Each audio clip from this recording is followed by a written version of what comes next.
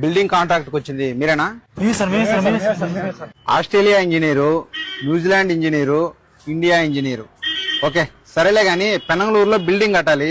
మీ rate ఎంతో చెప్పండి, ఎవరిది నచ్చితే వాళ్ళకి ఇస్తా కాంటాక్ట్. సార్ నేను 9 లక్షలు తీసుకుంటా సార్.